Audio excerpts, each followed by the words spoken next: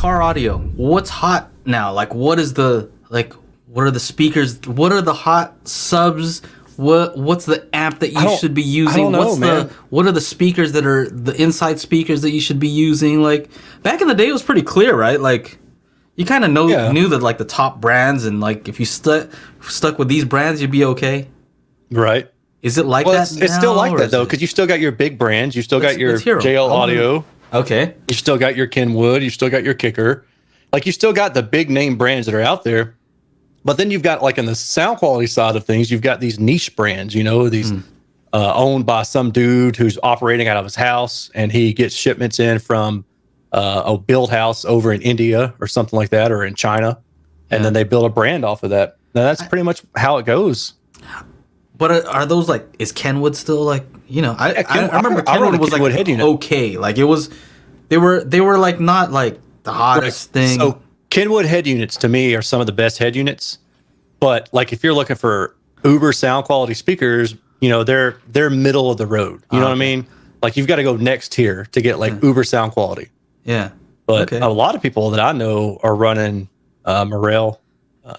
Is one brand. Okay. But Don Audio is another brand. Okay. But a lot of people are running DIY type stuff like ScanSpeak, Seos, or Seas, that kind of stuff that you can go buy from Metasound. Parts Express is another one. Okay. You buy a lot of stuff from them. Really? And stuff. Yeah. Huh. That's interesting. That wasn't a thing before. I don't think it was a thing before. Like, so, like, in the last probably 12 or so years, it's really been where it's at. People will go and buy that stuff because it's super cheap. They're not paying for the markup for the brand. Yeah. That's super cheap, relatively cheap. So Vifa, Peerless. Those are build houses. Yeah. Everybody's familiar with those. I'm rocking Vifa in my setup. Yeah. I mean, tons of people run Vifa and Peerless and Timpani stuff in their home systems, and they just don't know it. That's who builds, manufactures stuff for them. Wilson Audio. Everybody knows that Wilson Audio, well, not everybody, but most everybody knows that Wilson Audio's speakers are made by ScanSpeak. The majority of their speakers are made by drive units are made by ScanSpeak. Now, they're spec'd out to Wilson Audio specs, is what they say, but the build house that creates them is ScanSpeak.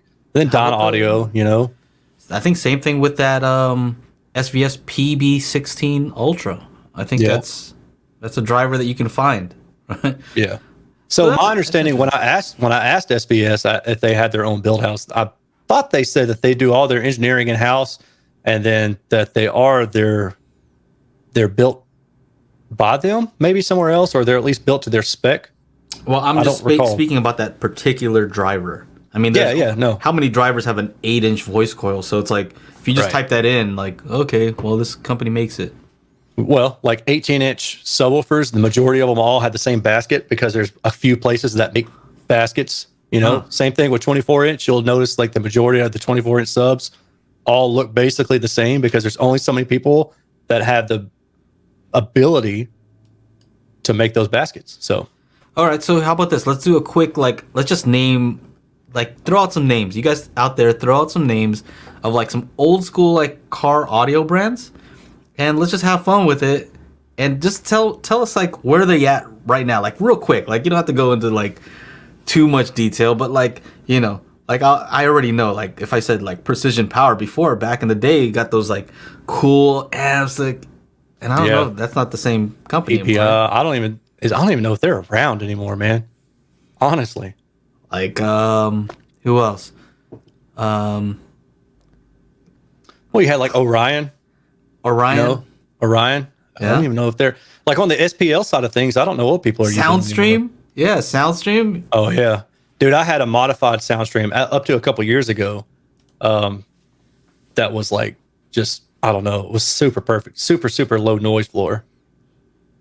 I had Phi. That's another one. I had the Class A Soundstream 5.0, super hot. Yep. Critical Mass, Jensen, Alpine. How about Clarion? I wonder if they're. Oh yeah, these guys are. Clarion. It seems like Clarion may not be a thing anymore, or maybe they're only in Canada anymore. Something weird about that. Who used to make the Epicenter? Is that Audio Control? Yeah, I think so. Right? I'm going to Google it. Yeah, here's the thing. What did that thing do? Did it just like? Was that the one that did like the stage width stuff and had like crazy bass boost? I don't know what it did, but I just threw it in there. Blaupunkt. Yeah. Oh man. Oh god, Blaupunkt. See, we got it. Rockford. How are we forgetting Rockford? Well, Rockford. I mean, they're still doing their thing. Yeah, yeah. How about Image Dynamics, right? Oh yeah, they're not around. They haven't been around. Well, if they're around, I think they are still around, but it's not the same as it used to be before. I used to run an IDMAX 12, actually a pair of IDMAX 12s from Image Dynamics. Really? Infinite baffle or what? Yeah, infinite baffle. Yeah, they actually work better sealed though. Really? Yeah, smaller sealed than infinite baffle. Macintosh does not make car audio unless you're talking about OEM. Because I got this crazy setup with the Jeep now, with like one of these new Jeeps. So what's up like in the car audio space nowadays? Is it still like before, like you had like SPL guys and then you had the sound? The same thing. So how crazy like SPL nowadays? Like man, you need to get one of those SPL dudes on here sometime. It's like it ain't nothing for some of those guys to be hitting like 160. It seems like. I mean, they just hit crazy numbers. Well, what does that feel like now? Well, the thing is, I see these guys doing hair tricks to demo their cars and stuff, and they've got people sitting inside of it with no hearing protection, and the whole like freaking body is vibrating. And I'm thinking, man, that cannot be good for you to hear that. You know? Yeah. I don't know. I feel like high frequencies are even worse for some reason. I don't know. They are. I'm sure they're both bad, but I mean, that's just a whole bunch of pressure, just in your ears. I guess if it's like making your chest feel weird, it's probably not good for your eardrums. Yeah. I'm probably going to guess the same thing. So, but the wattage that they're putting out nowadays, like with these like different designs on the amps, they're just like super high wattages, and like I guess all the drivers can handle it. Especially these guys, a lot of them run multiple subwoofers, multiple mids, multiple tweeters, you know. So that's just crazy stuff. The windshield cracked when the bass hit. Yeah, that's nothing new. Yeah, people have been doing that for a long time now, but it's crazy to see it.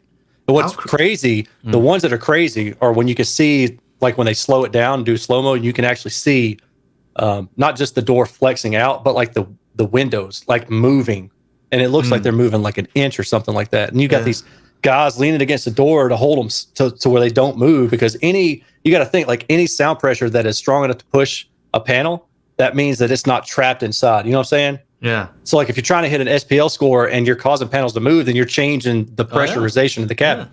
So they're like leaning up on the cars and stuff. It's just crazy, dude. Crazy. Yeah. So how crazy is your system? Is it? It ain't like that. It's not an SPL system. It's a sound quality system. So.